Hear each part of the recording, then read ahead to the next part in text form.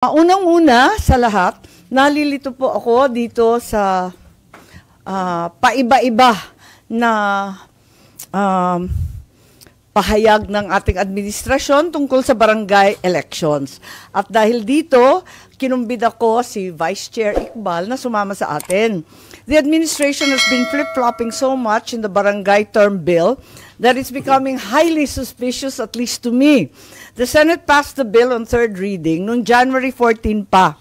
Shortly thereafter, I received word that the administration would prefer a 6-year term for the next election in 2029, June. True enough, the House of Representatives passed on second reading January 27 a bill setting the term of barangay and SK officials to 6 years and moving it to December 2025. By then, the only issues that remained were two: whether the barangay term would be 6 or 4 years, and whether the next BSKE would be 2027 or 2029, which I duly reported to our barangay officials in the Liga as well as the SK. However, before the session break, February 3, the Senate passed on third reading a bill which postponed the BARM election. While I did not agree with the postponement of the BARM, in the same manner that I did not agree in the postponement of 2022, kasi gustong-gusto ko na matuloy na ang BARM election, isang pangako natin sa ating mga kapatid na Muslim, I did not think that the same bill would negatively impact the barangay term bill. Ngayon, nagdududa ako kung may connection ba itong barangay at yung BARM election. Ano ba ang ginagawa sa ating mga eleksyon? Apparently, postponing the BARM elections to October 2025 was not enough. Pinagtatakahan ko kasi kung sabi nila may issues ng peace and order that kinakailangan na i-postpone yung BARM election, bakit itinuloy pa rin yung local elections sa Muslim Mindanao, where the same context, the same conditions prevailed? There are people perhaps in the administration who want more, and they want to postpone the BARM elections yet again. Unfortunately, the barangay and SK term will be the victim of the greed of these people, clandestinely working on another BARM election postponement. You see, it would be very difficult, admitted, to conduct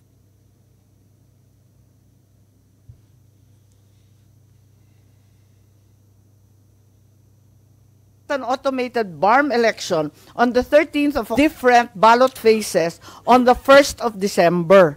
One or the other must go.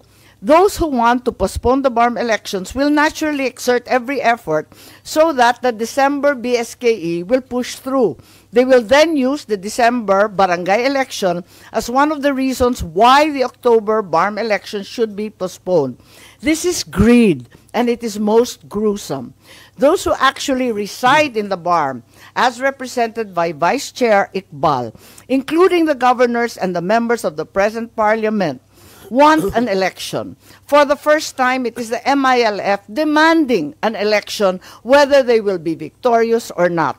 In fact, with me here is our good Vice Chair, the Vice President of the United Bangsamoro Justice Party, so that you can hear for yourself the pleas of the Bangsamoro for the parliamentary elections in October. Vice Chair, please. Bismillahirrahmanirrahim. First and foremost, I would like to express my thanks and gratitude to the Honorable Senator Amy Marcos for giving me the chance to speak directly with our friends from the media. And here is the statement coming from me as Vice Chairman of the Moro Islamic Liberation Front, at the same time Vice President of the United Bangsamoro Justice Party. On behalf of the Moro Islamic Liberation Front, by authority of our Chairman Al-Haj Murad Ibrahim, I wish to convey a very important message from the Center Committee of the Moro Islamic Liberation Front on the upcoming Bangsamoro Autonomous Region in Muslim Mindanao elections in October 2025. We call on the Philippine government, both houses of Congress, the Commission on Elections, and all concerned stakeholders to respect and follow that schedule and timeline set by law for the upcoming first parliamentary election on October 13, 2025.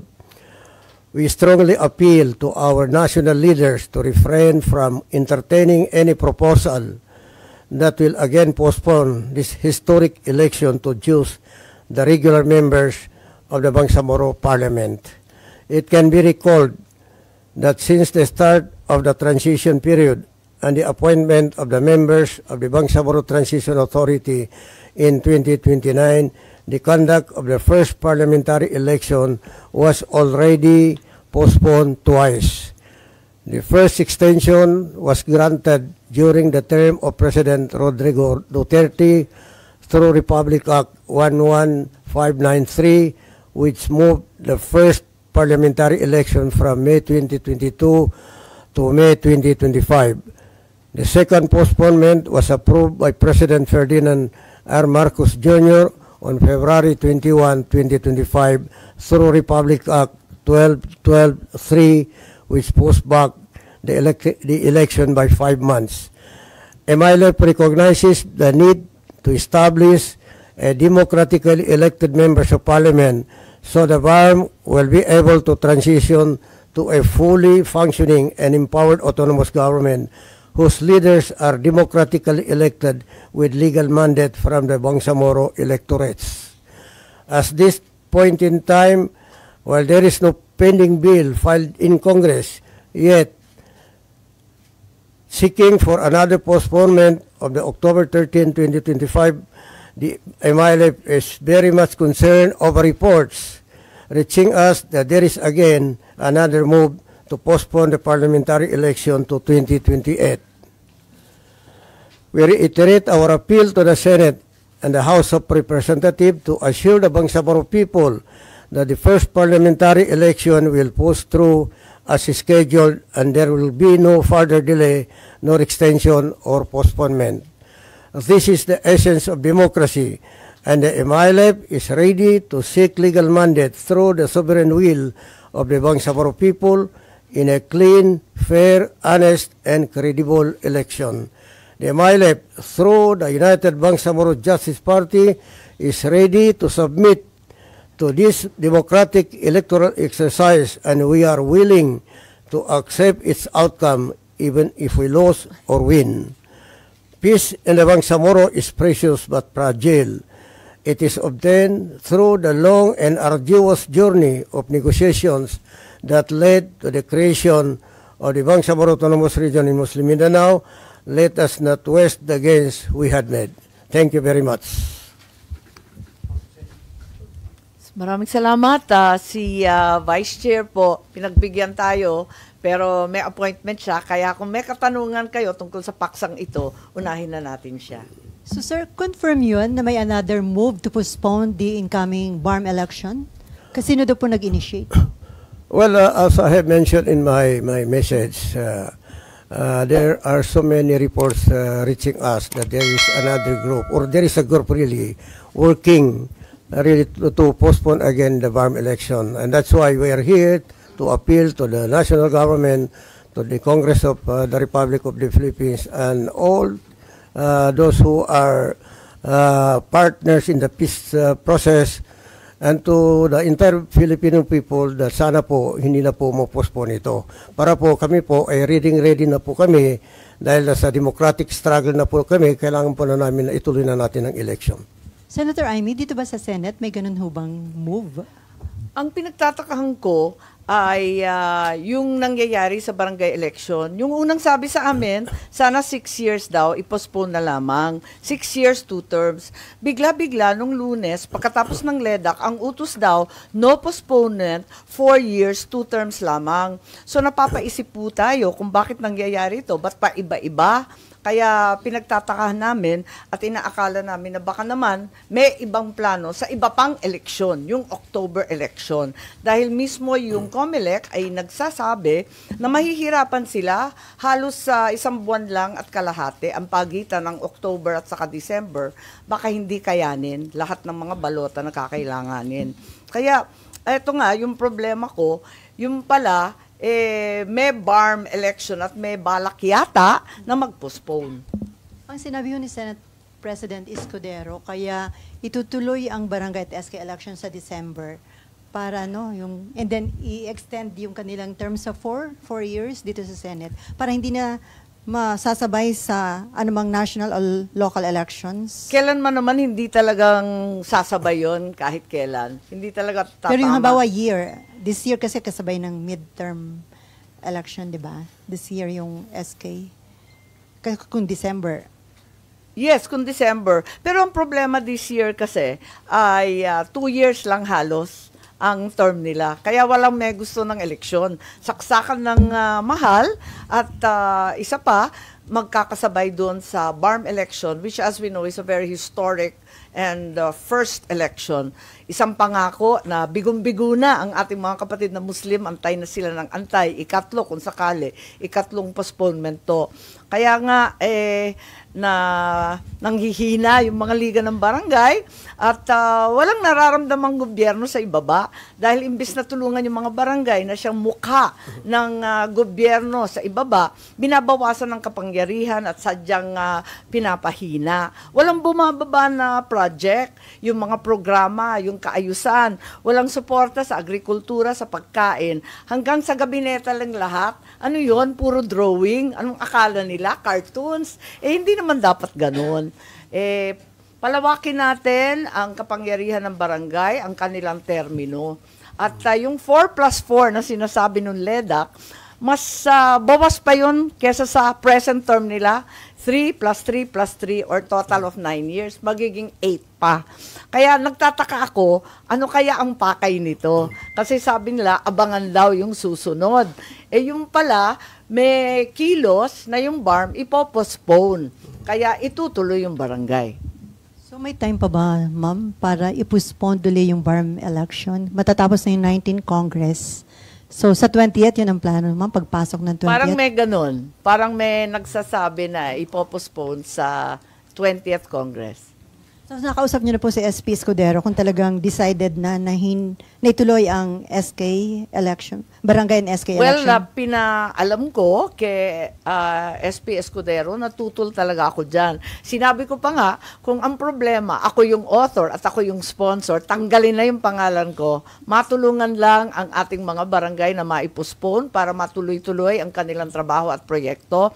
At higit sa lahat, ituloy na yung BARM election sa wakas. Ang tagal na nating nag-iintay niyan.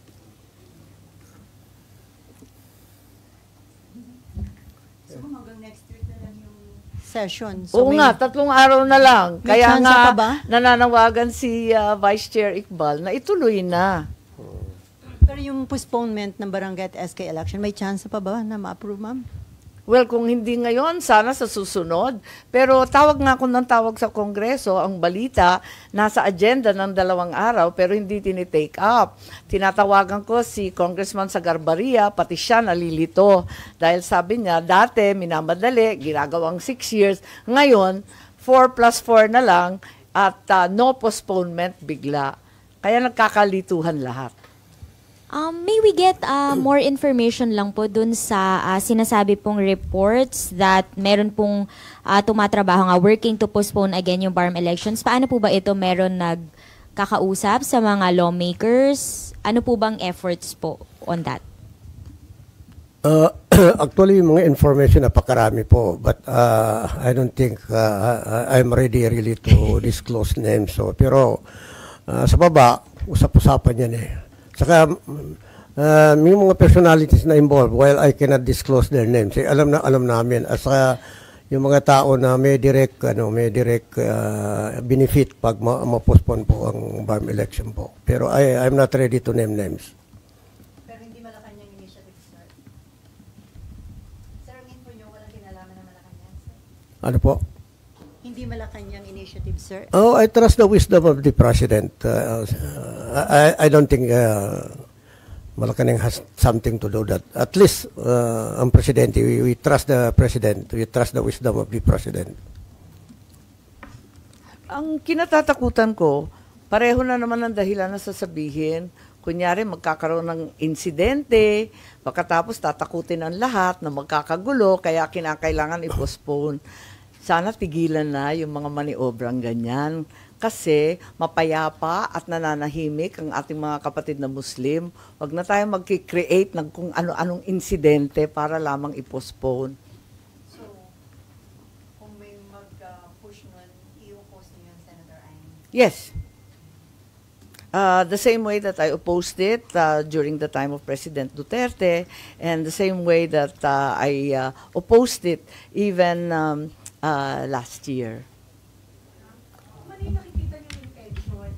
Ano po yung nakikita niyong intention dun sa pagpapostpone or possible pagpapostpone ng BARM elections? Siguro kung sino makikinabang Yeah. na i-maintain ang control at ang paghawak ng BARM, para sa akin, dapat self-government na yan. Ang tagal-tagal na nating utang yan. Dapat 2022 pa yan. Umabot na tayo ng 2025. Ipopostpone na naman. Mahiya na tayo. Unang-una, nakakahiya sa buong mundo. Inaabangan tayo ng buong Middle East, ng buong Norway. Ang dami-daming bansa na kumbaga nakasalalay ito sa kanila na peace agreement ito na international na ang karakter, hindi lang national. Ikalawa, yung ating mga kapatid na Muslim, matagal nang inaasahan to, parang linoloko na natin sila. Huwag naman ganon. Kada pagkakataon, kapag may pagkakataon na schedule, ipopostpone ulit. Huwag naman ganon. Pero ma'am, who or what group stands to gain kung ipopostpone?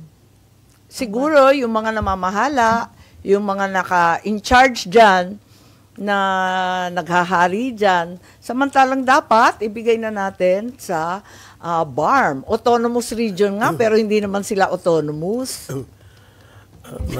Kayo na. Kami rin po sa Moro Islamic Liberation Front na partner ng government sa negotiation for 17 long years. Gusto na namin magkaroon po ng election kasi ang struggle po namin ay nasa democratic struggle po. Para po magiging normal ang itsura ng BARM po, kailangan na po natin ng magkaroon ng election Para ang impression makikreate po natin normal na po. Yun po ang ipinagtataka namin. Kung sino ang partner ng gobyerno ng Pilipinas sa peace process, yun pa rin ang gustong magkaroon ng election. At yung mga tao, hindi ko kayang pangalanan, hindi sila partner ng MILFA, yun ang ayaw na magkaroon ng election. Yun po ang ipinagtataka namin.